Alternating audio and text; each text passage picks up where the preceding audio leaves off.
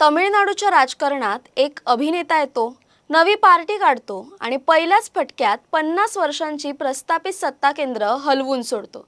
त्याचं नाव जोसेफ विजय अर्थात विजय थलापती. त्याच धर्तीवर महाराष्ट्राच्या राजकीय वर्तुळात एकच चर्चा सुरू झाली आहे, ती म्हणजे 2029 ला राज ठाकरे महाराष्ट्राचे विजय थलापती बनू शकतात का? तमिळनाडूत जे थलापतीने करून दाखवलं ते महाराष्ट्रात हिंदू जननायक राज ठाकरे करून दाखवणार का? राज ठाकरेंना विजय थलापती बनायचं असेल तर 2029 त्यांच्यासाठी सोन्याची संधी आहे का? राज ठाकरे यांच्या मार्गातील सगळ्यात प्रमुख आव्हानं कोणती आहेत यावरच प्रकाश टाकणार आहोत. मात्र सुरुवात करूयात राज ठाकरे आणि विजय थलापती यांच्यातल्या साम्यांनी. तमिळनाडूचं राजकारण बघा. तिथे एका बाजूला डीएमके आणि भाजप आहे, तर दुसऱ्या बाजूला एमआयडीएमके आणि काँग्रेस. पण जनतेला या आघाड्यांच्या राजकारणाचा कंटाळा आला होता आणि तिथे विजयने तिसरा पर्याय म्हणून एंट्री घेतली. महाराष्ट्रात आज नेमकी तीच परिस्थिती आहे. एका बाजूला महायुती आणि दुसऱ्या बाजूला महाविकास आघाडी. सत्तेसाठी कधी कोण कोणासोबत जाईल याचा नेम उरलेला नाहीये. मराठी माणसाच्या मनात आजही राज ठाकरेंबद्दल एक सॉफ्ट कॉर्नर आहे. आजही मुंबई, पुणे, नाशिक आणि ठाणे पट्ट्यातील महापालिका निवडणुकीत मनसेला मिळणारी मतं ही इतर कोणाच्याही गणितात बसत नाहीत. मनसेची मतं ही हक्काची आणि निष्ठेची मतं मानली जातात.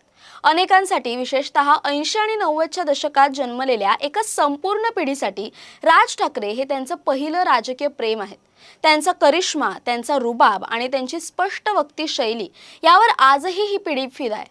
राज ठाकरेंची जी क्रेज आजही महाराष्ट्रातील तरुणांमध्ये आहे ती इतर कोणत्याही नेत्याकडे नाही. राजकारणाचा आणि प्रशासनाचा कोणताही अनुभव नसताना तमिळनाडूच्या मतदारांनी थलापती विजयला जसा भरभरून प्रतिसाद दिला तसंच काहीसं वलय आजही राज ठाकरेंच्या भोवती आहे. भाजपलाही माहिती आहे की हा असा मास लीडर आहे ज्याची ताकद कोणत्याही निवडणुकीचा निकाल बदलू शकते.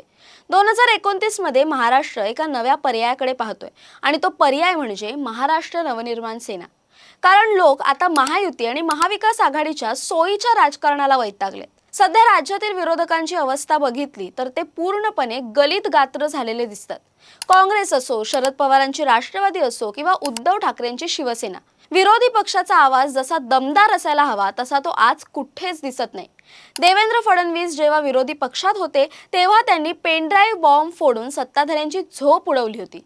तो विरोधी पक्षाचा दरारा, ती आक्रमकता आजच्या तिन्ही पक्षांकडे मिळूनही नाहीये. अशा परिस्थितीत ज्या पक्षाचा आज एकही आमदार किंवा खासदार नसला तरी स्ट्रॉंग कॅडर बेस आहे, अशा मनसे पक्ष महाराष्ट्राची आशा बनू शकतो. मनसे कार्यकर्त्यांची ताकद ही त्यांची निष्ठा आहे.